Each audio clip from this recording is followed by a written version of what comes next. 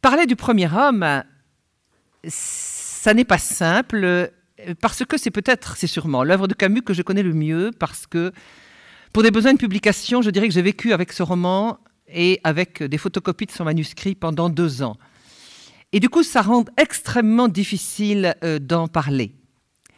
Alors, je vais commencer par vous raconter l'histoire étonnante de ce livre. Vous savez, j'aime bien toujours restituer les contextes.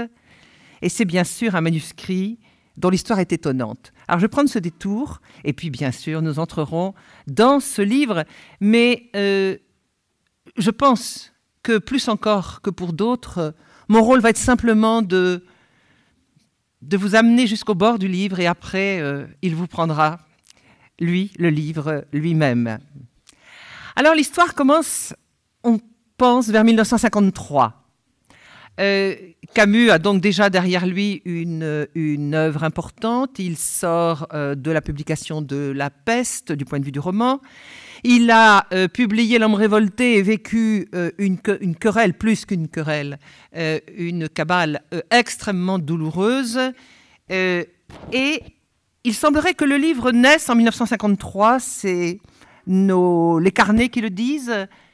Et un signe peut-être, dans le livre, le second chapitre fait un saut de 40 ans par rapport au premier. Alors dans le premier, on nous a dit qu'on était en 1913, un petit bébé né. Et puis on dit 40 ans après. 40 ans après, c'est 1953. Comme si Camus avait voulu inscrire dans le texte du livre un peu la date de sa naissance. En tout cas, c'est dans les carnets le moment où ce titre est trouvé, Le premier homme. Camus accumule des matériaux. Manifestement, il écrit, il détruit, parce qu'il n'est pas content. Il lit, il accumule de la documentation. Ses lettres sont pleines de ses doutes sur sa vocation de romancier. Et beaucoup pensent qu'il a renoncé à l'écriture. Alors bien sûr, on sait, je vous en ai parlé il y a 15 jours, qu'il écrit et il le publie L'Exil et le Royaume, mais peu de gens savent qu'il est en train d'essayer autre chose. 1957, il a le prix Nobel. 1958, mais il n'avance pas sur le premier homme. Il en parle un peu, mais manifestement, il piétine. Et puis, 58, il sort de cette espèce de dépression profonde que les réactions violentes aussi au prix Nobel ont suscité. Et avec une partie de l'argent du Nobel, une partie va aux anarchistes espagnols. Mais avec une autre partie, il achète Lourmarin. Cette maison dont il rêve depuis longtemps, et dans ce Luberon qu'il connaît depuis longtemps, et où il a cherché une maison longtemps aussi. Et c'est là, à Lourmarin, qu'il séjourne le plus longtemps possible entre la mi-58 et la fin 59, ça ne fait pas beaucoup, hein, 1 an et demi, et où il écrit. Et alors là, il écrit et il avance. Mais avant même de parler du livre, je voudrais vous lire quelques phrases extraites de ses correspondances de l'époque qui montrent bien les alternances par lesquelles il passe. Par exemple, en mai 59, dans ses carnets, travail repris et avancé dans première partie premier homme, reconnaissance à ce pays, à sa solitude, à sa beauté. En novembre 59, je ne sais quand je reviendrai, sous-entendu à Paris. Il faut que j'en finisse avec le premier jet de mon énorme histoire, et j'en suis loin. Mais il n'y a qu'ici que je puisse travailler. Cette solitude est insupportable et j'en crève. Mais on ne travaille vraiment qu'en crevant. J'ai 8 mois pour en finir, avant de revenir au théâtre, 8 mois seulement. Moralité, je tiendrai le plus longtemps possible. Nous sommes en novembre 59, donc il meurt quelques semaines après. Mais vous voyez qu'il pense que pour un premier jet, il en a encore pour 8 mois. Ce que nous avons du premier homme, c'est sans doute à peine le tiers, peut-être même le quart de ce qu'il prévoyait. Et puis, une lettre aussi que j'aime beaucoup en novembre. C'est pas que je sois content de ce que je fais. Surtout, je perds le cœur devant l'énormité de ce que j'ai à débroussailler. Je me dis que c'est impossible, que je n'écris que des conneries, que je bafouille. Je pleure après un peu de génie, un tout petit peu, qui me ferait au moins travailler dans l'allégresse, au lieu de cette interminable maladie. Et pour finir, je continue. Donc, vous voyez un manuscrit pas facile. On a dit à plusieurs reprises, manuscrit écrit d'un seul jet, extraordinaire. D'abord, c'est pas vrai. Hein. Pour avoir vécu, je vous le dis, avec la photocopie de ce manuscrit pendant longtemps, je vous assure qu'il y a beaucoup de ratures. Mais surtout, ça n'est pas facile. Donc, on peut penser qu'à côté de ce cahier, il est en train aussi d'écrire aussi des projets, des plans, etc. Très émouvant, il pose sa plume, ce sont les vacances scolaires. Ses enfants et sa femme descendent à Lourmarin pour passer Noël et le Nouvel An, et il remonte en voiture avec, je vais en reparler, tout le travail pour le continuer à Paris, et c'est avec le manuscrit dans la sacoche qu'il porte sur lui qu'il est tué dans l'accident de voiture sur la route de Lyon le 4 janvier 1960. Donc, dans cette sacoche, il y a le manuscrit et un carnet d'accompagnement, mais dans ce qu'il a envoyé dans une malle à Paris par le train, il y a tous les dossiers d'accompagnement, et maintenant, l'ensemble a été publié dans la récente édition de la Pléiade. Alors, vous allez me dire, mais 1960, pourquoi ce livre? Le manuscrit était là. Ne paraît qu'en 1994. 34 ans, c'est beaucoup. À la mort de Camus, Francine Camus, sa femme, fait dactylographier le manuscrit. Et elle le soumet aux amis les plus proches de Camus, une dizaine, en leur disant « Je publie, je ne publie pas ». Et on a les réponses de ses amis, dont une partie est contre la publication pour deux raisons. D'une part, pour des raisons internes. Ils disent « Camus n'aurait jamais accepté que l'on fasse paraître quelque chose qu'il n'ait pas peaufiné jusqu'au bout. » Sans compter qu'il aurait certainement gommé un certain nombre des aspects les plus personnels. Les autres arguments sont des arguments politiques. On est en pleine guerre d'Algérie, 4 janvier 1960, et ce roman, j'en avais parlé dans la présentation que j'avais faite de Camus et l'Algérie, ce roman est aussi un roman politique qui parle de la guerre d'Algérie, et donc ces amis-là disent ça va être lu uniquement à travers le prisme de la guerre d'Algérie. D'autres sont pour la publication, en disant c'est un texte magnifique, il faut le publier. Francine se range à l'avis des plus nombreux et ne le publie pas. Quand elle meurt, dans les années 70, en 75 je crois, sa fille reprend la suite et elle préfère publier d'abord la suite des carnets. Et c'est simplement au début des années 80, non, milieu des années 80, qu'elle reprend le manuscrit, qu'elle le retranscrit complètement elle-même, parce qu'elle veut s'assurer que l'on n'a pas trahi. Et il y a encore des mots qui lui restent illisibles, mais elle met très longtemps. Et elle publie donc en 1994, dans l'édition qu'un certain nombre ont en main, l'édition Gallimard, donc dans la série Cahiers Albert Camus. Et quelques années après, ça sort en édition Folio. Dans la publication des œuvres complètes dans le tome 4 de la Pléiade, bien sûr, c'est le même texte, sauf qu'avec Catherine, nous avons réussi encore à lire 2 mots avec toute certitude. Là où nous n'étions pas sûrs, nous avons laissé illisible. Et puis, aux annexes de la première édition, nous en avons ajouté d'autres, c'est-à-dire tout ce qui n'avait pas été déchiffré pour la première.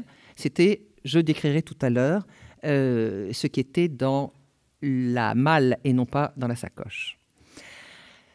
Donc, tout cela nous amène à 1994.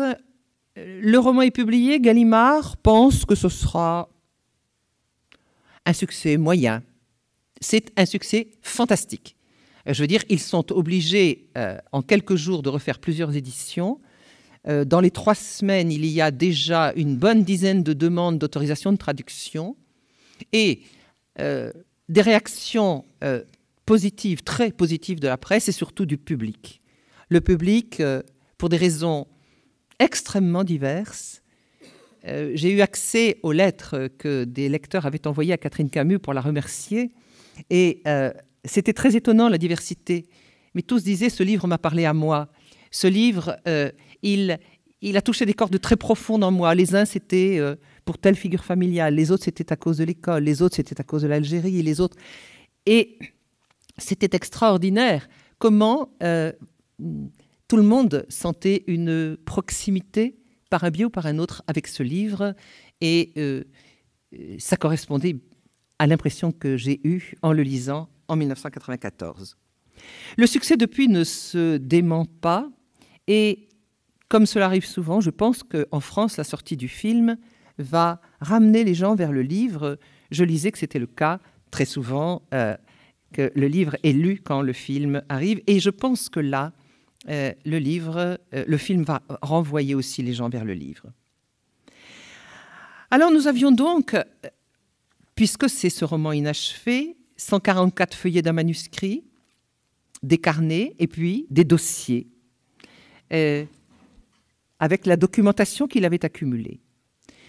Et si vous en avez l'occasion, je vous invite à aller regarder dans la Pléiade, pour le moment ça n'est sorti que là, ces éléments pour le premier homme, parce qu'il y a en particulier une chemise qui s'intitule « Le bûcher », et avec en sous-titre « Jessica ou Vera », c'était le nom qu'il prévoyait pour le grand amour de Jacques Cormery, le personnage, et on a, j'allais dire, le premier roman d'amour que Camus ait écrit, puisque, on l'a dit, il n'y a pas tellement d'histoire d'amour dans ses romans.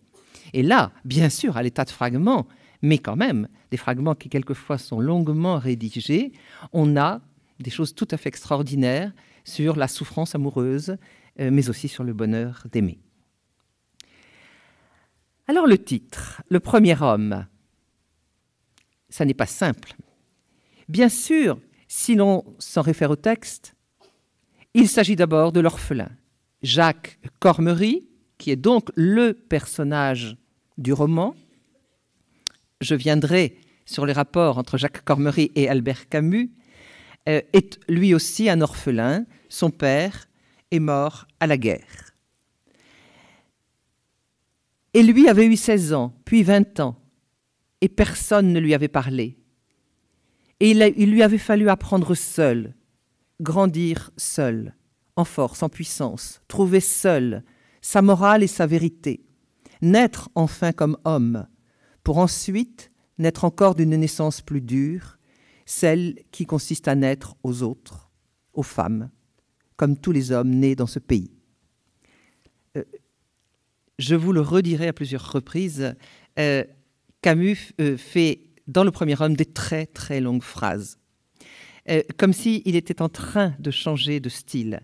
Et à plusieurs reprises, et c'est le cas ici, vous l'avez peut-être senti, je ne savais pas où m'arrêter, c'est que c'était encore au milieu d'une phrase, mais les phrases, elles peuvent avoir une page et demie, donc quelquefois je suis obligée de les couper. Mais vous en sentirez le rythme quand vous lirez. Elles ne sont pas difficiles à lire, on ne s'y perd pas, parce qu'elles sont extrêmement construites, mais elles sont très longues, donc à l'oral, ça pose un problème. Alors, pour lui, l'orphelin, et vous avez vu l'allusion à la terre, dans tous les hommes nés dans ce pays, c'est-à-dire en Algérie. On est encore plus le premier homme en Algérie parce que pour lui, ça se discute, bien sûr, mais je dis pour Camus, c'est une terre sans passé. Pourtant, il connaît très bien le passé de l'Algérie. Il a travaillé dans ses études sur des écrivains, des philosophes nés en Algérie. Mais il dit, c'est une terre où l'on détruit et où l'on reconstruit sans cesse. Mais le titre va au-delà. Dans les carnets, en 1954, il écrit « Roman. Le premier homme refait tout le parcours pour découvrir son secret. Il n'est pas le premier. Tout homme est le premier homme. Personne ne l'est. C'est pourquoi il se jette aux pieds de sa mère. Nous reviendrons bien sûr sur la mère. » Et dans un ouvrage qu'il ne publie pas, mais qu'il avait imaginé avec son grand ami René Char, et qui étaient des textes de lui, Camus, sur des photos. Et René Char accompagnait tout cela et devait le publier avec un avant-propos. On a ce livre, il s'appelle « La postérité du soleil », il est magnifique. Il y a les photos, il y a les textes de Camus et il y a l'avant-propos de René Char. Et les textes de Camus sont des textes très brefs, un peu comme des poèmes en prose. On a ceci: des vieux troncs de saule jaillissent des gerbes de branches fraîches. C'est le premier jardin du monde. À chaque aurore, le premier homme. Alors vous voyez que déjà ce titre, complètement polysémique, nous fait entrer dans la méditation. Nous avons deux parties. L'une qui s'intitule « Recherche du Père ». Celle-là est totalement rédigée, très travaillée, le manuscrit le montre. Il y a des repaginations, des morceaux collés, etc. Une deuxième partie, « Le Fils » ou « Le premier homme ». Cette partie est à peine ébauchée. Et nous savons qu'une troisième, au moins, était prévue, qui se serait intitulée « La mère » ou quelque chose d'approchant. Recherche du Père, le Fils, la mère. La mère qui est en même temps à l'origine du roman, puisque, et dans le manuscrit c'est extrêmement travaillé, le texte est précédé de ceci: intercesseur, veuve Camus.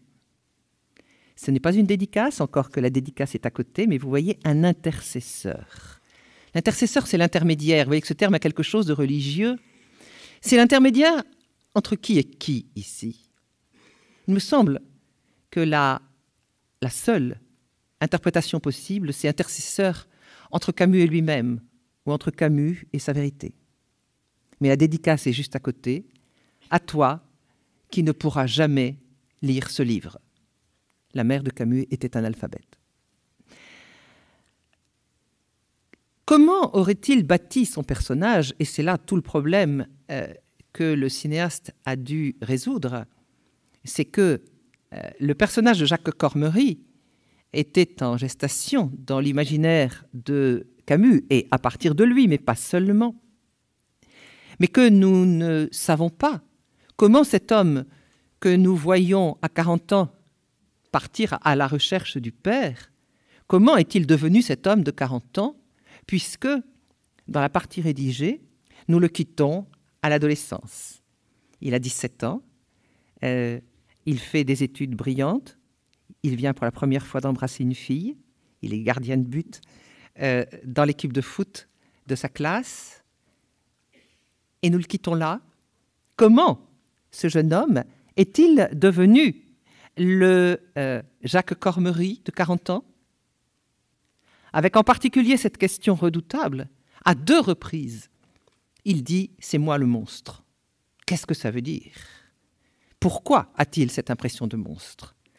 Et ça, nous ne le savons pas. Nous pouvons faire quelques hypothèses, mais il manque ce qu'est devenu Jacques Cormery entre 17 et 40 ans, ou plutôt comment il est devenu l'homme qu'il est et qui peut partir à la recherche du Père, d'abord sans trop y croire, sur l'instigation de sa mère, et puis ensuite en étant pris totalement par cette recherche-là qui va le modifier complètement. Les 9 chemises qui étaient dans le dossier « Éléments pour le premier homme » portent des titres intéressants: « Éducation »,« Guerre et résistance ».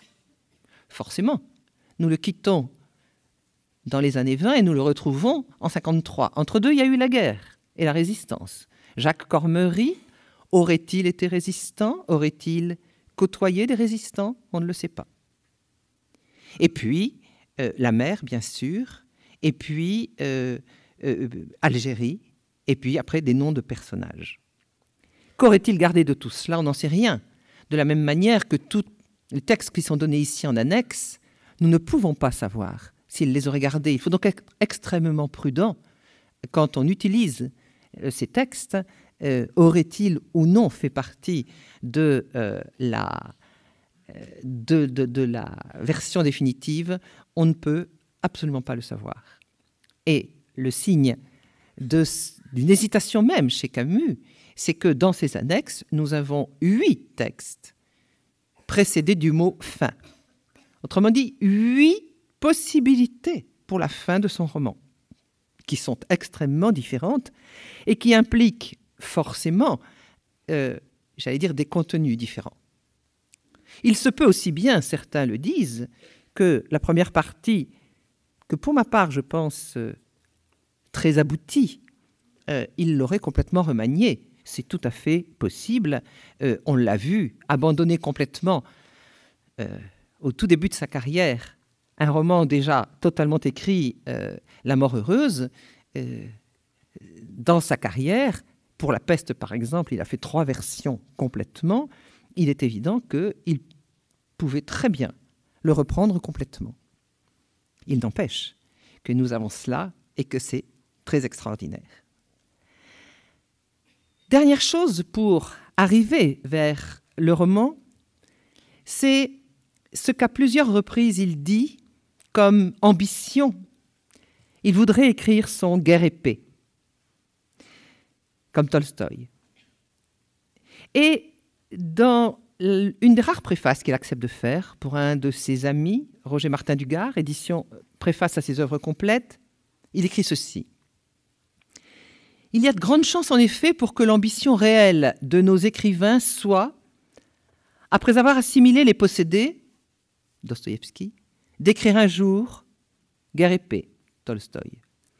Au bout d'une longue course à travers les guerres et les négations, il garde l'espoir, même s'il ne l'avoue pas, de retrouver les secrets d'un art universel qui, à force d'humilité et de maîtrise, ressusciterait enfin les personnages dans leur chair et leur durée. » Il dit cela pour Martin Dugard, mais ça ressemble très fort à ce qu'il est en train de faire.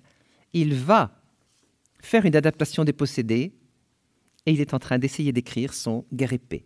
Et je crois qu'on peut lire Le Premier Homme comme cela. Alors, quand le livre est sorti, beaucoup ont salué une autobiographie de Camus. Et certes, dans ses carnets, il écrit « Je vais parler de ceux que j'aimais, ceux CEUX, et de cela seulement, joie profonde. » Donc, on peut se demander, est-ce s'il écrit son autobiographie, alors que lui, toujours parle de romans, que ce soit dans ses carnets, que ce soit dans les interviews, il dit toujours « Je suis en train d'écrire un roman ». Alors, bien sûr, il y a une dimension autobiographique. Si l'on veut absolument mettre des étiquettes, je dirais que l'on a ici un roman d'inspiration autobiographique. Pour ma part, je n'aime pas le terme qui a été très utilisé depuis une dizaine d'années d'autofiction. Je préfère dire tout simplement un roman d'inspiration autobiographique. Mais l'autobiographie est là et bien là. Camus sait qu'il est devenu capable de revenir à ses sources profondes. Dès 1949, il expliquait dans un texte qui va devenir l'extraordinaire préface à L'Envers et l'Endroit. L'Envers et l'Endroit, c'est un recueil qu'il a écrit en 1939, mais en 1958, il accepte qu'il soit réédité et il le fait précéder d'une préface qui est une sorte de mise au point de ce qu'il est en tant qu'artiste. C'est un texte qu'on peut lire seul, en dehors même de L'Envers et l'Endroit. Et ce qui est intéressant, c'est que ce texte, on en trouve des bribes dans les carnets très longtemps à l'avance. Autrement dit, c'est un texte qu'il mûrit longtemps, cette espèce de profession de foi en tant qu'artiste. Qu'est-ce qui m'a fait artiste ? Et qu'est-ce que je suis en tant qu'artiste ? Et qu'est-ce que je voudrais faire ? Et il dit dans ce texte que l'artiste doit absolument s'appuyer sur ses forces profondes, ses mouvements profonds, mais en même temps ne pas se laisser déborder. Et il dit ceci, et je le prends dans une version antérieure à la version finale de 1958. « Mes barrières aujourd'hui encore sont trop fortes, mais ce qu'elles avaient à contenir l'était aussi. Le jour où l'équilibre s'établira, ce jour-là, j'essaierai d'écrire l'œuvre dont je rêve. Elle ressemblera à l'envers et l'endroit, c'est-à-dire qu'une certaine forme d'amour y sera mon tuteur. Il me semble que je le peux. L'étendue de mes expériences, la connaissance de mon métier, ma violence et ma soumission, point de suspension, il ne termine pas la phrase. Alors, le texte est beaucoup moins travaillé que la version définitive que vous pourrez aller lire dans l'envers et l'endroit, mais je trouve qu'à la fin, la phrase qu'il ne termine pas est intéressante. L'étendue de mes expériences, la connaissance de mon métier, et j'avais essayé de vous montrer il y a 15 jours combien l'exil et le royaume étaient une sorte de gamme qu'il faisait aussi par rapport à son métier pour s'assurer de sa maîtrise, mais aussi ma violence et ma soumission. Ma soumission, non pas au monde extérieur, mais ma soumission à la vérité profonde que je cherche. Bien sûr, Albert Camus et Jacques Cormery sont très proches. Bien sûr, Cormery, ce nom, c'est le nom de sa grand-mère paternelle. Grand-mère paternelle, donc vous voyez, il réunit des différentes lignées. Bien sûr, il lui arrive dans ce premier jet de faire des lapsus sur les noms propres, c'est-à-dire de reprendre le nom de la personne réelle. Bien sûr, la première personne affleure une fois dans le texte et elle est constamment présente dans les annexes, au point qu'on a l'impression quelquefois que certaines phrases sont d'abord écrites à la première personne et ensuite à la troisième. Cela arrive dans les carnets où un même fait est raconté sur les deux modes, c'est-à-dire qu'il le rapporte comme son expérience et immédiatement, il en fait une sorte de reprise sur le mode narratif, sur le mode romanesque. Et c'est encore plus net dans Éléments pour le premier homme, où quelquefois c'est très directement, les brouillons, les petits papiers, c'est directement en phase avec sa vie. Hein. Il écrit sur n'importe quel support, et la reprise arrive là où, dans les carnets, c'est-à-dire la mise en forme. Et puis, bien évidemment, les thèmes sont directement autobiographiques. C'est la même structure familiale, mais le frère disparaît pas totalement. Il disparaît de la première partie, il est présent dans la seconde. Qu'est-ce que la version définitive aurait fait? On ne le sait pas. Manifestement, même si on sait peu de choses de Jacques Cormery, on sait quand même que c'est un enfant de belle cour qui change de milieu grâce à ses études, qui vit en métropole et qui a réussi. L'homme de 40 ans que l'on voit dans le train de Saint-Brieuc est un homme manifestement qui a réussi. Et puis, il va sur la tombe du père à Saint-Brieuc, et de fait, la tombe du père de Camus est à Saint-Brieuc. Il avait été blessé sur la Marne, et Saint-Brieuc, vous voyez, était une base arrière. Camus y est allé en août 47, pas en 53. Là encore, comme il dit dans les annexes, que le livre sort de cette fracture du temps qu'opère chez Jacques Cormery la découverte que son père est plus jeune que lui, c'est-à-dire qu'il est mort à 25 ans. Donc, ce n'est pas exactement les mêmes dates, et les changements de date sont extrêmement significatifs. On ne sait pas ce que Camus a ressenti sur la tombe de son père. Il n'en a jamais parlé. Et ceux qui disent, voilà ce qui s'est passé pour Camus, tel jour d'août 47, disent n'importe quoi. On ne sait rien. Il n'en a parlé nulle part, et aucun de ceux avec qui il est allé seul au cimetière. Mais enfin, il était chez son ami Louis Guillou. Louis Guillou n'en a rien dit. Est-ce que même il en a parlé?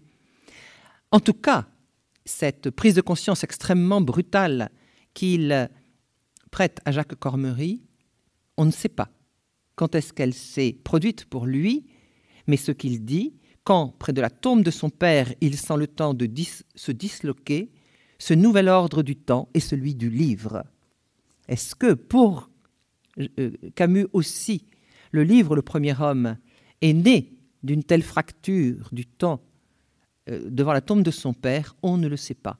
C'est peut-être une invention romanesque. Le livre est né de cela. Ça ne veut pas dire qu'il il ne se préoccupait pas de son père, mais ça veut dire que peut-être ça ne s'est pas passé comme cela, mais que toute l'évolution, son évolution à lui, Camus, par rapport à son père, il a voulu la traduire dans ce fait-là. Et je trouve que Gianni Amelio a eu 1000 fois raison. Le film commence par la scène sur la tombe. Ce qui va encore dans le sens de l'autobiographie, c'est ce frémissement lyrique sur lequel je reviendrai abondamment tout à l'heure, qui parcourt tout le livre et qui nous fait sentir constamment à quel point il y a derrière cela une expérience heureuse ou malheureuse. Mais je vous l'ai dit, Camus parle toujours d'un roman. Dans les annexes, il écrit à plusieurs reprises « Je veux écrire l'histoire de ». Il écrit l'histoire d'un fils, d'une mère. Et il me semble que l'écriture romanesque correspond pour lui d'abord à une pudeur. Pudeur personnelle, pudeur familiale.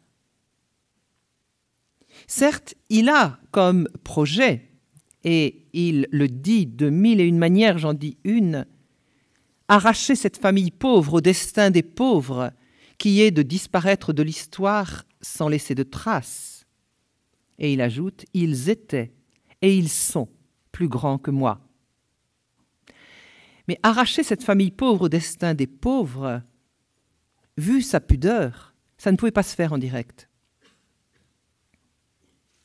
Et par ailleurs, il me semble que le choix de l'écriture romanesque, avec le détour que cela implique, on ne dit pas « je », on dit « il », et puis il y a Jacques Cormery, qu'il construit comme personnage, ce choix lui permet de consentir au lyrisme sans craindre de tomber dans le pathos.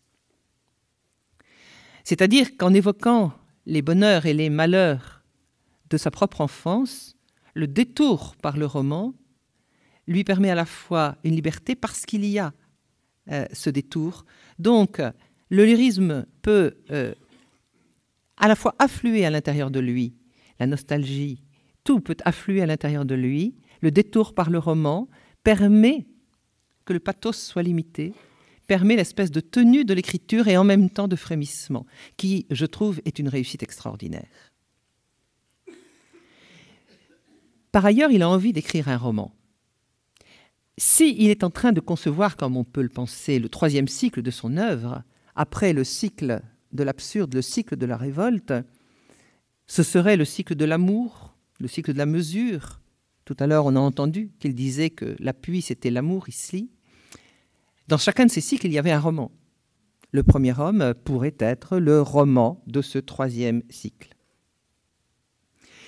Mais je crois aussi que Camus ne veut pas s'astreindre à la linéarité de l'autobiographie. L'ellipse temporelle entre le 1er et le 2e chapitre, 40 ans après, ça lui permet de bien marquer qu'il n'est pas là pour raconter une histoire linéairement, mais pour raconter une quête. Je vais vous raconter l'histoire d'un homme qui, à 40 ans, part à la recherche de son père. Et ce que cela provoque en lui. Ce qu'il veut faire, c'est donc raconter une quête, mais en partant à la recherche de son père, Jacques Cormery ne va pas simplement découvrir qui il est, mais il va surtout découvrir à travers son père la tribu, le terme est dans le texte, la tribu à laquelle son père appartient, et donc tribu dans laquelle il se reconnaît. Celle qu'il n'appelle pas les pieds noirs. Je rappelle que le mot n'existait pas encore quand Camus écrivait, mais que l'on pourrait appeler les petits blancs d'Algérie, c'est-à-dire ce milieu dans lequel il est né, le milieu de Bellecour, le milieu dominant d'une très grande partie des Français d'Algérie, qui ne sont pas des grands colons, mais qui sont des petits artisans, des petits commerçants, des gens du peuple dont, je l'ai peut-être déjà dit, les historiens s'accordent à dire que leurs conditions de vie étaient souvent inférieures à celles des ouvriers de la métropole, même si leurs conditions de vie étaient majoritairement, très majoritairement supérieure à celle des Arabes. C'est cette tribu-là, mais cette tribu qui est enracinée en Algérie depuis 1848. La colonisation de l'Algérie commence en 1830, mais la colonie de peuplement commence en 1848.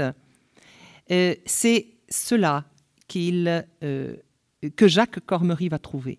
Autrement dit, vous voyez qu'il ne s'agit pas de raconter ni l'autobiographie d'Albert Camus, ni seulement l'histoire de Jacques Cormery, mais de voir tout ce qu'il découvre à travers la quête de son père. Et je répète qu'au point de départ, c'est sa mère qui lui a dit « Tu devrais quand même aller voir la tombe de ton père à Saint-Brieuc ».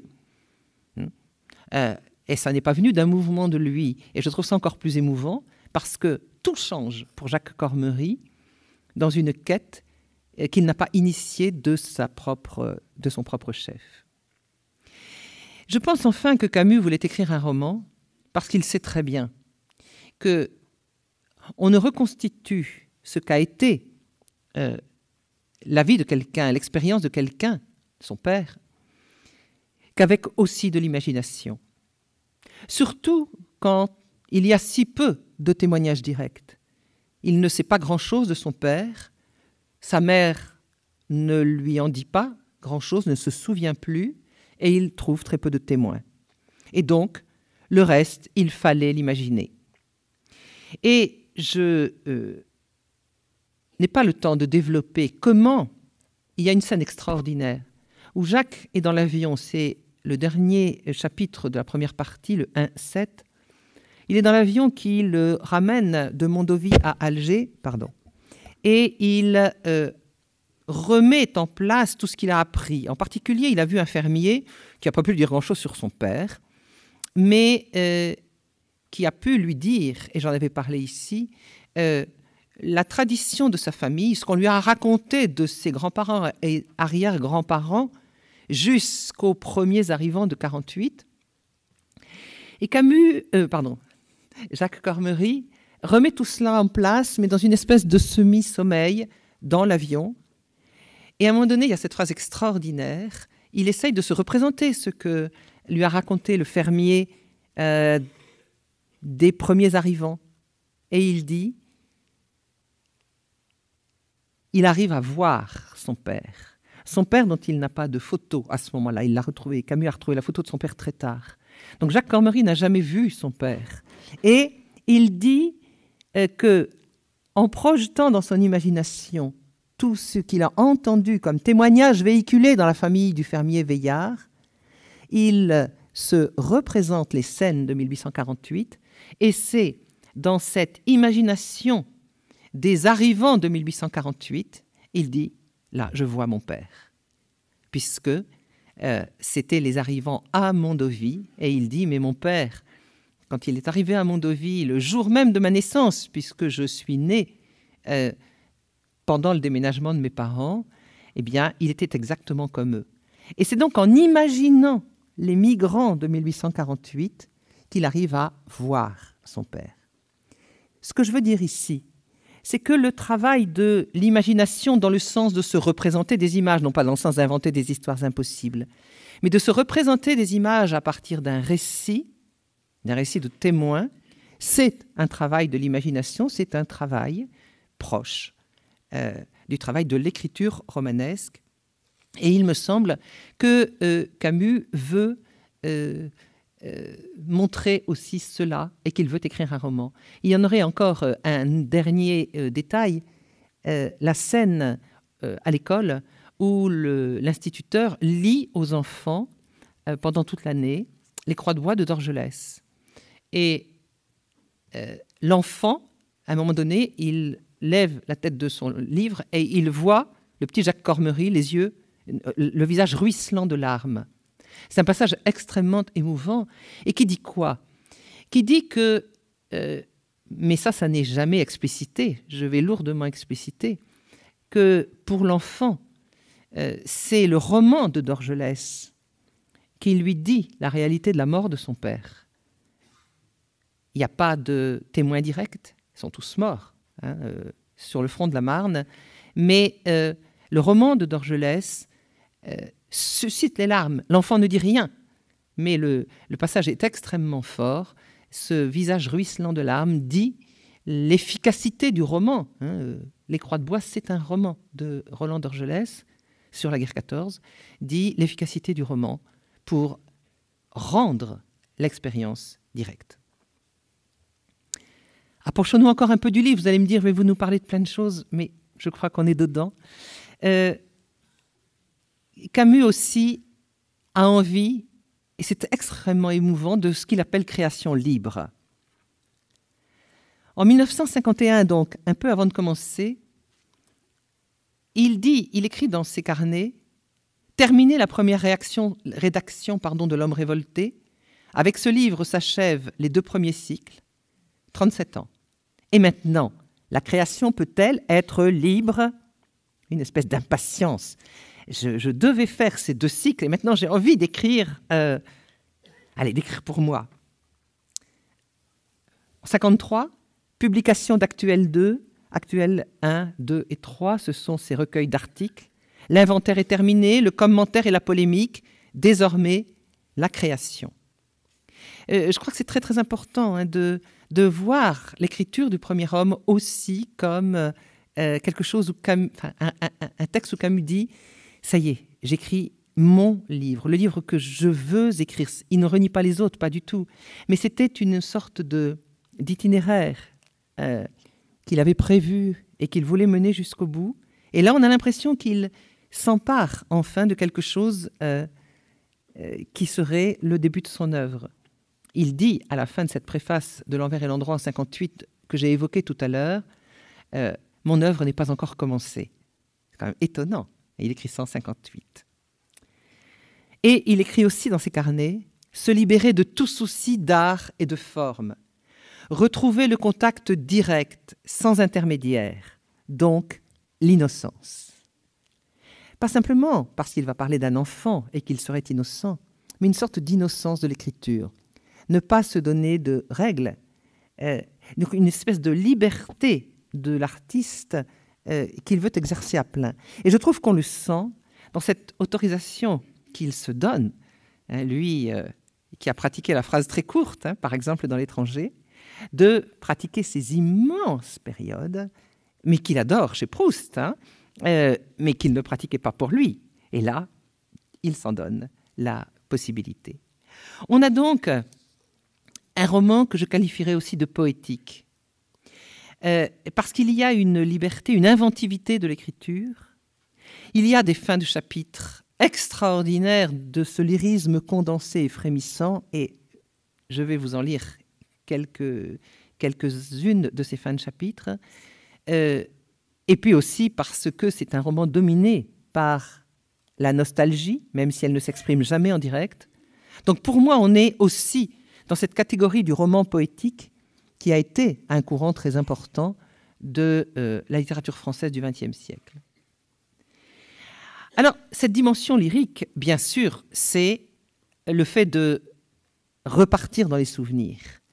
Et la manière dont Camus fait remonter les souvenirs dans la mémoire de Jacques Cormery, non pas linéairement en disant « bon, cette année-là, qu'est-ce qui s'est passé ?» mais tel type de lumière, et ça ressemble beaucoup à du Proust, tel type de lumière, ça fait remonter l'image de la sieste.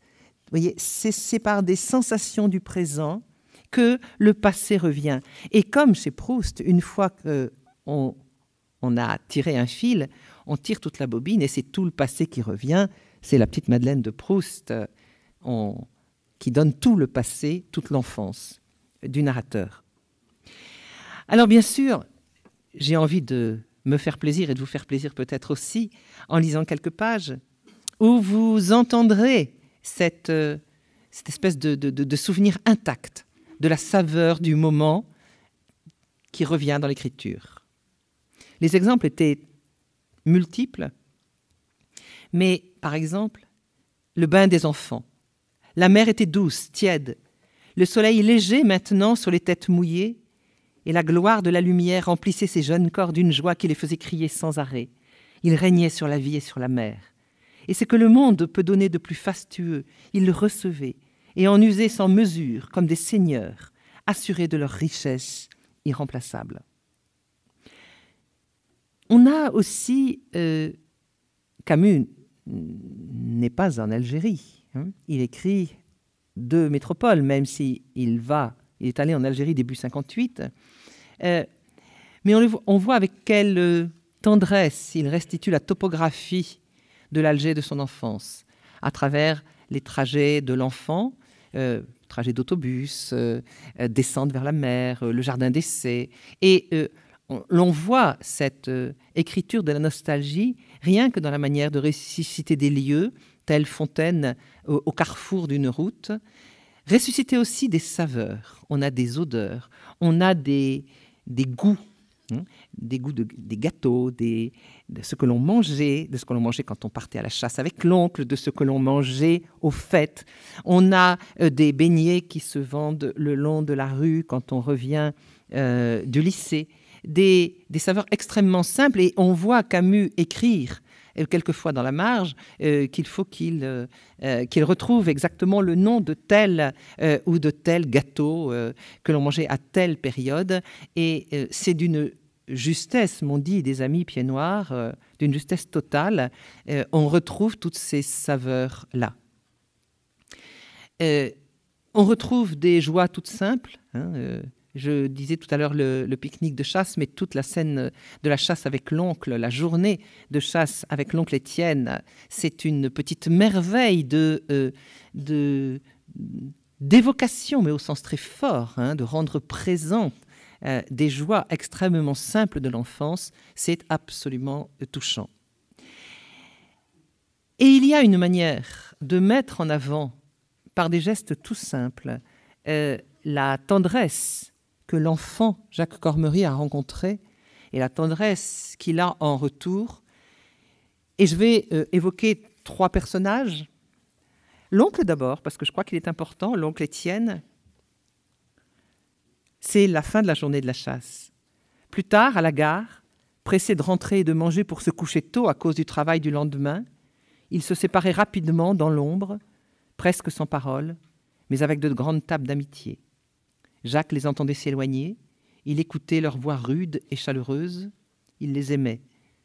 Puis il empruntait le pas d'Ernest. Excusez-moi, je frappe. L'oncle s'appelle soit Étienne, soit Ernest. Puis il empruntait le pas d'Ernest, toujours vaillant, alors que lui traînait la jambe. Près de la maison, dans la rue obscure, l'oncle se retournait vers lui. « Tu es content ?» Jacques ne répondait pas. Ernest riait et sifflait son chien. Mais quelques pas plus loin, l'enfant glissait sa petite main dans la main dure et calleuse de son oncle, qui la serrait très fort, et il rentrait ainsi en silence. Vous voyez, une scène très, très, très simple, qui dit beaucoup, je trouve. Bien sûr, il y a aussi toutes les scènes très, très étonnantes avec la mère, toute cette tendresse, même si c'est une tendresse muette de la mère.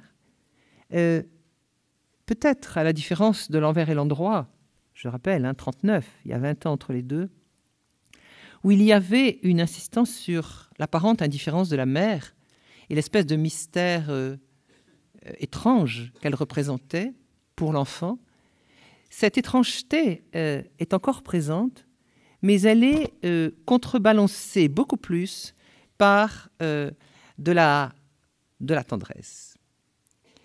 Et là, on va avoir la superposition de la tendresse de l'enfant et de celle de l'adulte pour cette même mère. Là, il s'agit de l'adulte. Quand il arrivait devant la porte, sa mère l'ouvrait et se jetait dans ses bras. Et là, comme chaque fois qu'il se retrouvait, elle l'embrassait 2 ou 3 fois, le serrant contre elle de toutes ses forces. Et il sentait contre ses bras les côtes, les os durs et saillants des épaules un peu tremblantes, tandis qu'il respirait la douce odeur de sa peau qui lui rappelait cet endroit sous la pomme d'Adam, entre les 2 tendons jugulaires qu'il n'osait plus embrasser chez elle, mais qu'il aimait respirer et caresser étant enfant, et les rares fois où elle le prenait sur ses genoux, et où il faisait semblant de s'endormir, le nez dans ce petit creux qui avait pour lui l'odeur trop rare dans sa vie d'enfant de la tendresse. Et j'aime beaucoup cette superposition de la tendresse de l'adulte et de la tendresse de l'enfant. Et puis, bien sûr, je dis bien sûr parce que je crois que c'est un des passages qui a le plus bouleversé les lecteurs, c'est l'immense tendresse de l'enfant pour son instituteur, Monsieur Bernard, qui a été pour lui un père. Et ici, je vais vous lire une fin de chapitre où vous verrez cette beauté des fins de chapitre. C'est la fin du long épisode où l'instituteur a insisté auprès de la mère et de la grand-mère pour que l'enfant passe le concours des bourses. Et il fallait insister parce que même si le lycée ne coûtait rien à cause des bourses, l'enfant ne pouvait pas gagner de l'argent pour la maison. Donc la grand-mère ne voulait pas. L'instituteur a obtenu l'autorisation, a préparé Jacques avec ses camarades, avec 3 camarades, au concours des bourses. Et il a eu ce concours. Ça veut dire qu'il va aller au lycée. Et Monsieur Bernard, c'est ainsi qu'il s'appelle dans le livre, c'est Louis Germain par ailleurs, est venu avec Jacques chez lui. La grand-mère parle. « Merci, Monsieur Bernard, merci, disait-elle, pendant que Monsieur Bernard caressait la tête de l'enfant. Tu n'as plus besoin de moi, disait-il. Tu auras des maîtres plus savants. Mais tu sais où je suis. Viens me voir, si tu as besoin que je t'aide. » Il partait. Et Jacques restait seul, perdu au milieu de ses femmes. Puis il se précipitait à la fenêtre, regardant son maître qui le saluait une dernière fois et qui le laissait désormais seul. Et au lieu de la joie du succès, une immense peine d'enfant lui tordait le cœur, comme s'il savait d'avance qu'il venait par ce succès d'être arraché au monde innocent et chaleureux des pauvres, monde refermé sur lui-même comme une île dans la société, mais où la misère tient lieu de famille et de solidarité, pour être jeté dans un monde inconnu qui n'était plus le sien, où il ne pouvait croire que les maîtres fussent plus savants que celui-là dont le cœur savait tout. Et il devrait désormais apprendre, comprendre sans aide, devenir un homme enfin sans le secours du seul homme qui lui avait porté secours, grandir et s'élever seul enfin au prix le plus cher. Vous voyez ce désespoir de l'enfant qui dit cette immense tendresse. Et vous voyez ce frémissement que l'on sent. J'ai eu la chance de lire toute la correspondance de Camus avec son instituteur Louis Germain. Et c'est Louis Germain qui, après la guerre, prend l'initiative d'écrire à Camus. Sa première lettre est étonnante. « Mon cher petit, tu vas t'étonner que quelqu'un ose utiliser... parce que il sait que Camus n'a plus eu de nouvelles de lui depuis longtemps, a perdu le contact. Et puis, il se revoit et la correspondance va durer jusqu'à la mort de Camus. Et souvent, on a parlé de la lettre que Camus écrit à son instituteur et la réponse de celui-ci au moment du prix Nobel. Mais je trouve que c'est encore plus émouvant de savoir que cette correspondance durait et cette impression d'arrachement par rapport à une figure qui a été celle du père, on la retrouve dans les lettres que Camus écrit à Louis Germain, mais vous voyez comment l'écriture reprend en une scène tout un contenu et arrive à dire à la fois le bonheur et le deuil, puisqu'il s'en va. Et je trouve que quand on regarde une correspondance et qu'ensuite on voit ce que cela donne dans un roman d'inspiration autobiographique, on s'aperçoit quelle est la magie de l'écriture en condensation. Je dirais que là, c'est évident, l'écriture enchante. Non, raconte rien de faux, mais enchante le réel. Et aussi, l'écriture nous le donne à nous pour y projeter aussi nos propres expériences, ici, vous voyez, d'adoption spirituelle et de séparation. J'avais déjà dit, donc je vais passer vite, à quel point la guerre d'Algérie est présente dans le premier homme.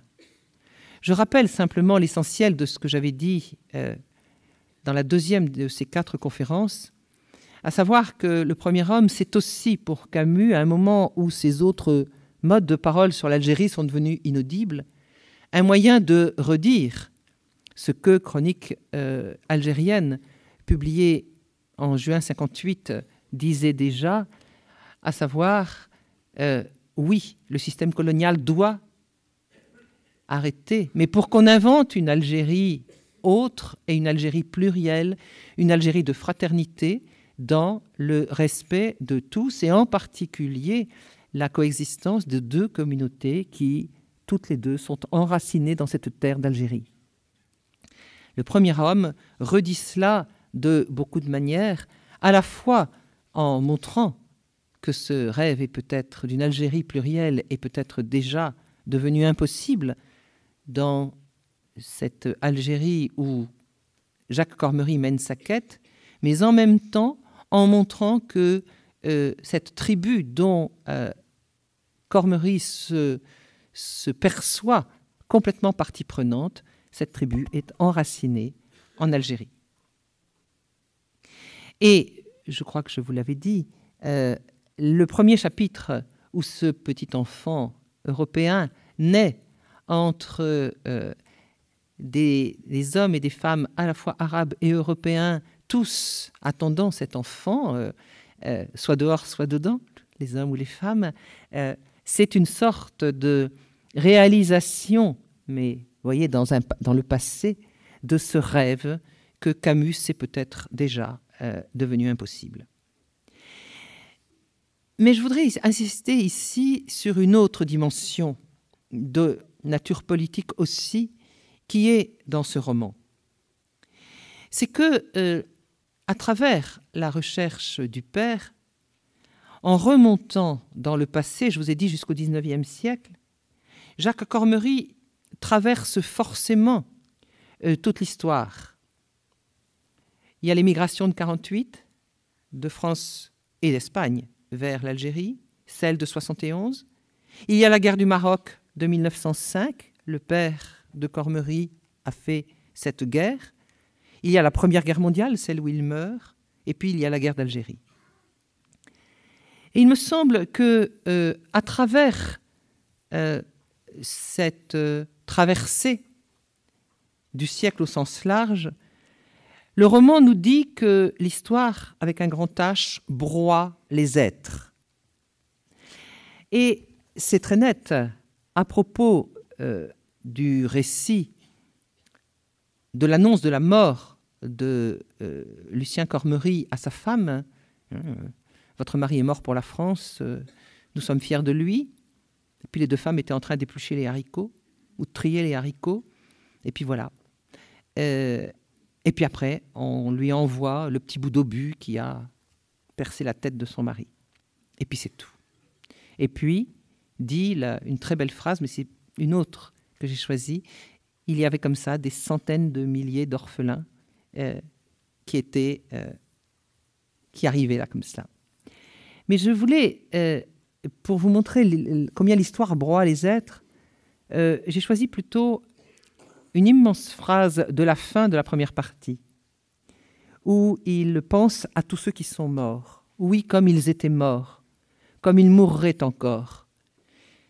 Silencieux et détourné de tout, comme était mort son père, dans une incompréhensible tragédie loin de sa patrie de chair, après une vie tout entière involontaire, depuis l'orphelinat jusqu'à l'hôpital, en passant par le mariage inévitable, une vie qui s'était construite autour de lui, malgré lui, jusqu'à ce que la guerre le tue et l'enterre, à jamais désormais inconnu des siens et de son fils, rendu lui aussi à l'immense oubli qui était la patrie définitive des hommes de sa race, le lieu d'aboutissement d'une vie commencée sans racines, et tant de mémoires dans les bibliothèques de l'époque pour utiliser les enfants trouvés à la colonisation de ce pays. Oui, tous ici, enfants trouvés et perdus, qui bâtissaient de fugitives cités pour mourir ensuite à jamais en eux-mêmes et dans les autres. Comme si l'histoire des hommes, cette histoire qui n'avait pas cessé de cheminer sur l'une de ses plus vieilles terres, en y laissant si peu de traces, s'évaporait sous le soleil incessant, avec le souvenir de ceux qui l'avaient vraiment faite, réduite à des crises de violence et de meurtre, des flambées de haine, des torrents de sang vite gonflés, vite asséchés comme les oueds du pays. La nuit maintenant montait du sol elle-même et commençait de tout noyer, morts et vivants, sous le merveilleux ciel toujours présent. Non, il ne connaîtrait jamais son père, qui continuerait de dormir là-bas, le visage perdu à jamais dans la cendre. Il y avait un mystère chez cet homme, un mystère qu'il avait voulu percer. Mais finalement, il n'y avait que le mystère de la pauvreté qui fait les êtres sans nom et sans passé, qui les fait rentrer dans l'immense cohue des morts sans nom qui ont fait le monde en se défaisant pour toujours. Alors vous voyez, je trouve que des phrases comme celle-là, c'est des odes extraordinaires, et il y en a plusieurs, aux anonymes de l'histoire. Mais vous voyez, ils ont fait l'histoire en se défaisant pour toujours, et ils sont maintenant les anonymes.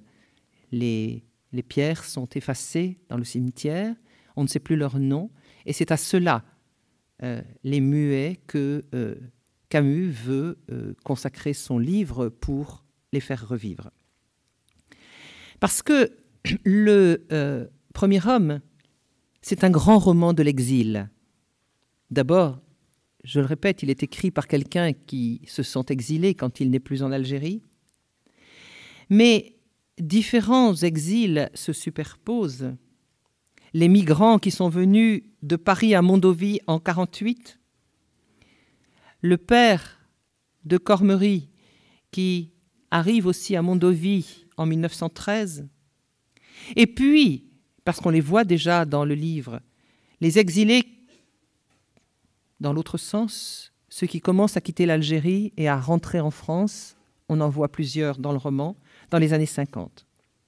Tout est centré sur cette route de Beaune à Mondovì, où il y a sans arrêt des exilés qui sont dans un sens ou dans l'autre. Camus avait pensé intituler son roman à un moment donné « Les nomades », c'est-à-dire ceux qui n'ont pas de terre ou non plus de terre. Il dit donc l'oubli, mais en disant l'oubli, le livre, le Premier homme, devient l'unique patrie de tous ces exilés, passés, présents et futurs. Si leur patrie c'est l'oubli, le livre qui dit que leur patrie est l'oubli devient leur patrie. À la dimension lyrique et à la dimension politique s'ajoute bien sûr une dimension morale. Mais je la rappelle ici simplement parce que je crois que je l'ai déjà abordée. Cette dimension morale est contenue dans la quête de Jacques Cormery. Qui suis-je ? Cet homme de 40 ans, qui suis-je ?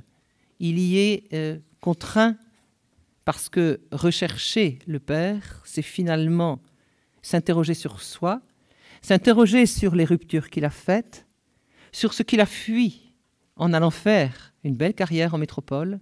Il a fui, dit-il, la vie ignorante, obstinée, humble, incarnée par sa mère. Et c'est peut-être cela qui fait de lui un monstre, c'est qu'il a fui quelque chose qui était peut-être une vérité. Mais en même temps, le chemin qu'il fait le mènera forcément, mais qu'est-ce que Camus aurait écrit de cela, vers la question « Et maintenant, qu'est-ce que je vais faire de ma vie ?» Au-delà de ça, il est évident que nous sommes tous invités en lisant ce livre à nous poser la question, nous sommes tous premier homme, première femme, c'est-à-dire que nous avons tous à inventer notre manière d'être au monde et à poser des choix qui définissent cette manière d'être au monde. Et je pense que cette dimension morale, je devrais dire plutôt dimension éthique, est tout à fait capitale. Peut-être aurait-elle été plus manifeste encore dans le roman terminé, mais il me semble que le titre nous oblige à avoir cette question en tête, et nous, en tant que premier homme. Et puis, vous l'avez senti, je suis très fascinée par la dimension mythique de ce roman. Je veux dire, ce roman baigne dans le mythe. Je vous avais dit les nomades. Le mythe de Caïn et Abel est constamment présent parce que pour Camus, la guerre en Algérie, c'est la guerre de deux frères, de deux peuples frères qui s'entretuent. Et puis, il y a, à l'évidence, dans cette troisième partie qu'il envisageait autour de la mer, une sorte de dimension mythique qu'il allait donner à la mer. Je vous lirai simplement un passage. Alors, il est dans les annexes. Qu'en aurait-il fait? Maman, point. Ce qui dure dans l'histoire des hommes, ce qu'elle est, la mer chinoise l'est, la mer du Moyen-Âge, celle d'hier, celle de demain. Elle vit de quoi tout le monde a pu vivre et de rien de plus. C'est nous, c'est moi, qui sommes ce qui passe et périt, le superflu, les modes de pensée, les passions historiques, l'élan qui meurt. Elle attend, souffre et sourit depuis des siècles. Et puis enfin, il me semble qu'avec la phrase d'ouverture, Camus a voulu baigner ce roman dans une dimension cosmique. Je vais simplement vous la lire, ça commence comme ça le roman. Au-dessus de la carriole qui roulait sur une route caillouteuse, de gros et épais nuages filaient vers l'est dans le crépuscule. 3 jours auparavant, il s'était gonflé au-dessus de l'Atlantique, avait attendu le vent d'ouest, puis s'était ébranlé lentement d'abord et de plus en plus vite, avait survolé les eaux phosphorescentes de l'automne, droit vers le continent, s'était effiloché aux crêtes marocaines, reformés en troupeaux sur les hauts plateaux d'Algérie, et maintenant, aux approches de la frontière tunisienne, essayait de gagner la mer Tyrrhénienne pour s'y perdre. Après une course de milliers de kilomètres au-dessus de cette sorte d'île immense, défendue par la mer mouvante au nord et au sud, par les flots figés des sables, passant sur ce pays sans nom à peine plus vite que ne l'avaient fait pendant des millénaires les empires et les peuples, leur élan s'exténuait, et certains fondaient déjà en grosses et rares gouttes de pluie qui commençaient de résonner sur la capote de toile au-dessus des 4 voyageurs. Vous voyez, on part d'une carriole sur une route, on a tout l'espace, avec le vent. Alors j'ai dit cosmique, ce serait peut-être géologique, et puis on revient à la carriole. L'histoire des hommes, l'histoire d'un petit enfant qui va naître, s'inscrit dans cette dimension cosmique, et à quelques moments comme ça dans le roman, cette dimension revient, est présente, et du coup, cette histoire, et vous voyez que nous sommes loin d'une autobiographie, cette histoire baigne dans quelque chose de beaucoup plus vaste, dans le temps et dans l'espace. Vous l'avez compris, Le Premier Homme, c'est une œuvre symphonie, et en même temps, c'est une œuvre toute proche, qui nous parle de nous, qui nous parle à nous. C'est peut-être le meilleur accès, maintenant, à l'œuvre de Camus. Je vous remercie.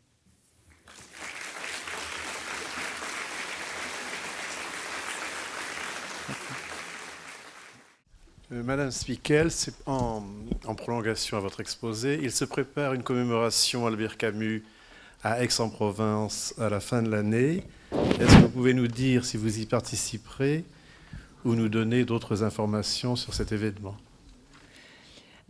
Alors, oui, il se passe plein de choses à Aix sur Camus. D'ores et déjà, il y a au Centre Albert Camus de la Cité du Livre une exposition sur les formes courtes, essais nouvelles chez Camus. Cet été, il y aura toujours à la Cité du Livre une exposition sur Camus et les couleurs. Et puis ce qui devait être la grande exposition qui a donc été soumise à un certain nombre d'aléas va devenir quelque chose qui va s'appeler une exposition parcours, dont le titre sera, allez, c'est presque sûr, mais j'y pars demain, on a une réunion, Itinéraire d'un citoyen du monde. Albert Camus, Itinéraire d'un citoyen du monde. Ce ne sera pas une exposition classique, ça sera une sorte de parcours qui essaiera, autour de notions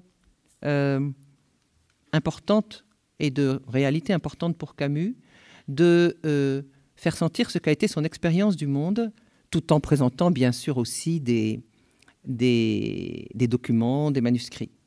Et cette exposition n'a pas de commissaire, avec des noms célèbres. Elle est présentée par la directrice. Bon, d'abord, elle est labellisée Marseille 2013. Elle est soutenue par la municipalité d'Aix, mais elle est proposée par le Centre Albert Camus, soutenue par 4 chercheurs, dont je suis. Et l'exposition commence le 4 octobre et durera sans doute jusqu'au 5 janvier 2014, avec quelques temps forts, en particulier l'inauguration, certainement une journée particulière le 9 novembre, le jour de ou le 7, pardon, de la naissance de Camus, et puis un gros week-end phare le 14-15 décembre, je crois. Mais tout cela, vous le trouvez sur le site. Vous tapez Centre Albert Camus, vous tapez Cité du Livre, comme vous voulez, et vous trouvez tout cela. Alors, ce n'est pas du tout ce qui était prévu au point de départ, mais je pense que ça sera une belle manière d'honorer Camus. Par ailleurs, dans le cadre de Marseille 2013, il y a beaucoup d'autres choses et de belles choses. Je ne l'ai pas encore vu, mais il paraît que le spectacle d'Abdel Malik, ce rappeur slammer, à partir de l'envers et l'endroit, est très beau.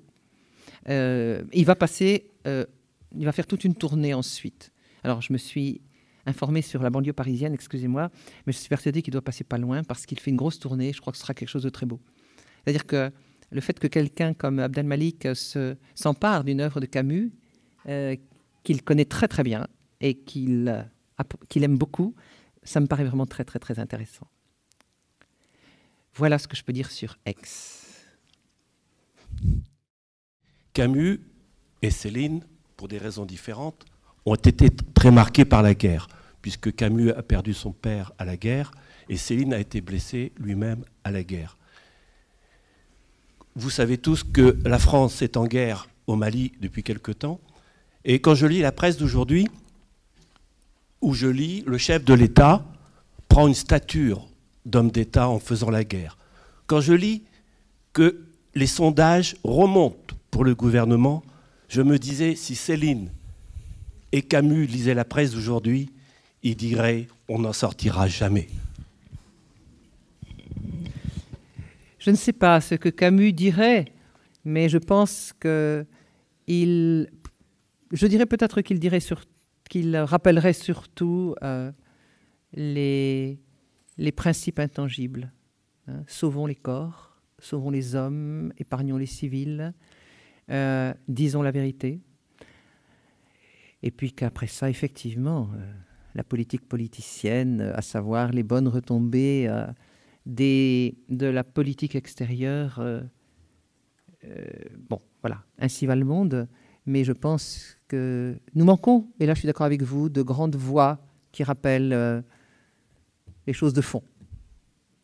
Je dis choses parce que le mot de valeur a été trop galvaudé. Je crois que c'est important, mais ces choses de fond, on peut les retrouver dans les textes. Donc les textes parlent encore. Donc je ne sais pas ce qu'ils auraient dit ou ce que Camus aurait dit, mais en tout cas, leur voix parle encore. C'est ce que je veux dire, tout simplement. Oui, si j'ai bien compris, vous nous avez dit qu'une partie qui était un peu plus sur la notion d'amour avec les femmes était prévue dans ce roman, mais n'était pas, si j'ai bien compris, n'était pas intégrée. Ça aurait été l'amour de la vie de Jacques Cormery. Vous l'avez appelé Vera ou un autre prénom. Je voulais vous demander, comment expliquez-vous que Camus, qui a eu tant d'aventures avec des femmes, qui avait un tel goût des femmes, ait si peu parlé de son amour pour les femmes? Est-ce que c'est une notion en même temps de culpabilité vis-à-vis de cela, ou est-ce autre chose? Alors, il me semble d'abord qu'il y a cette pudeur dont je parlais. Camus est quelqu'un qui déteste s'étaler. Même dans ses carnets, il parle très peu de sa vie personnelle, de sa vie intime.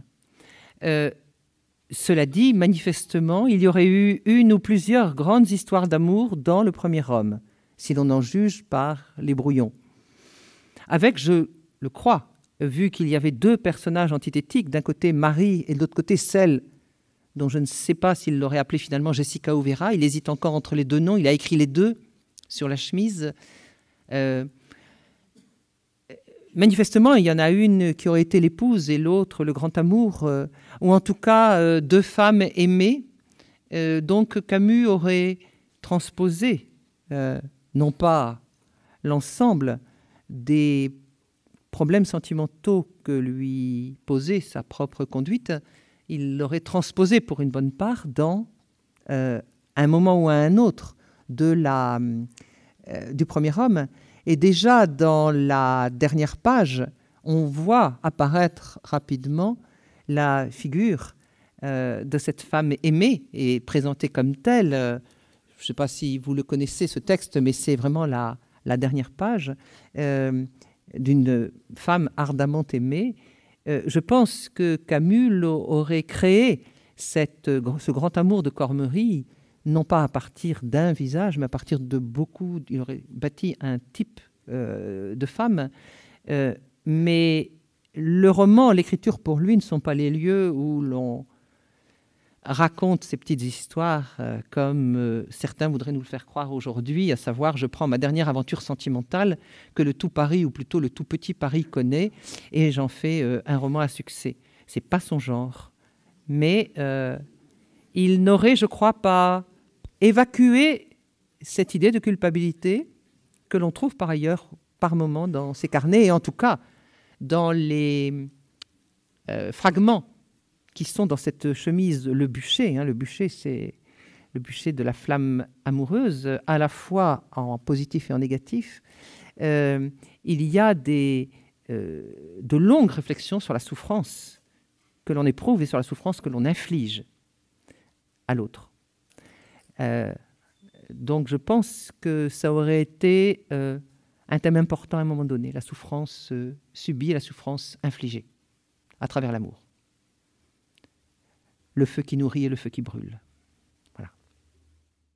Oui, dans le livre, pas très souvent d'ailleurs, moi je me souviens de 3 ou 4 scènes où il parle de la relation qu'il peut y avoir, ou de l'absence de relation plus exactement, m'a-t-il semblé, entre les deux communautés.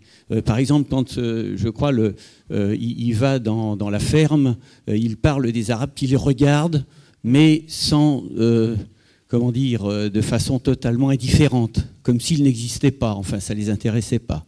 Il y a une autre scène aussi d'une bagarre où le comportement de la partie arabe par rapport à la partie européenne est totalement différent. Et puis, à d'autres moments, quand il se trouve en contact avec des Arabes, on a vraiment le sentiment que ce sont deux mondes qui ne se côtoient, enfin qui se côtoient, mais sans relation véritable.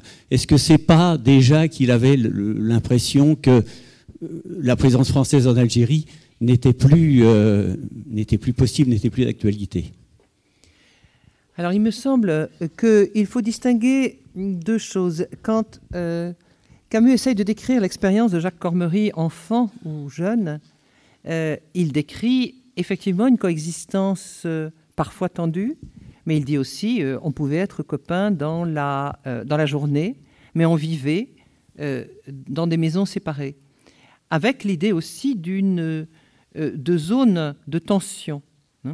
Et puis il faut le distinguer, parce qu'il y a 30 ans, et l'approche ou l'éclatement de la guerre, est-ce que tout se situe en 1953, je ne sais pas, de Cormery adulte.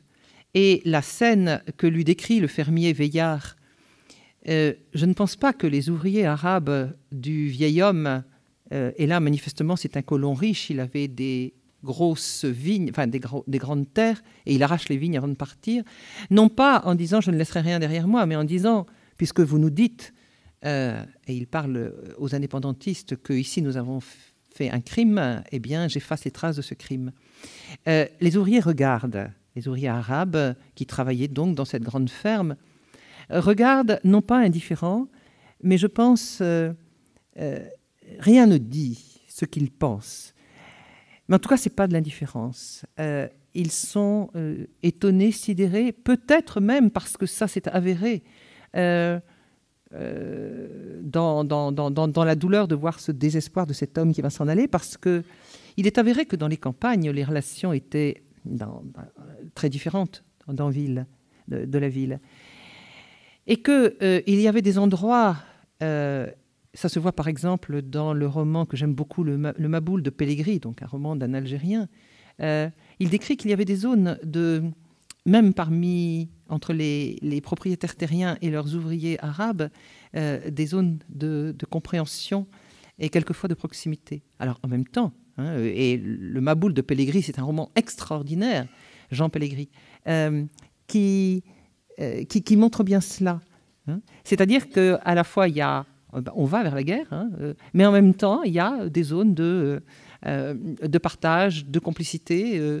Et je crois que les relations entre les deux communautés devaient être c'est du moins ce que me disent les gens qui y ont vécu, d'une extraordinaire complexité et d'une très grande diversité, et qu'on ne peut absolument pas les réduire à un type de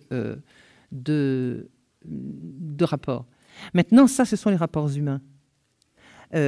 Quand la guerre commence, et ça monte, le sentiment nationaliste avec la revendication d'indépendance commence bien avant, il est évident que l'idée que la coexistence entre ces deux communautés ne sera pas possible après la fin de cette guerre, elle est de plus en plus nette. Je lisais un document qui a été écrit pendant la guerre où des groupes de réflexion avec des Français et des Arabes se réunissent très longtemps, jusqu'à 56, 57, 58, avec toujours la question lancinante, bon, un jour cette guerre, elle s'arrêtera, quel sera notre sort à nous, les Français?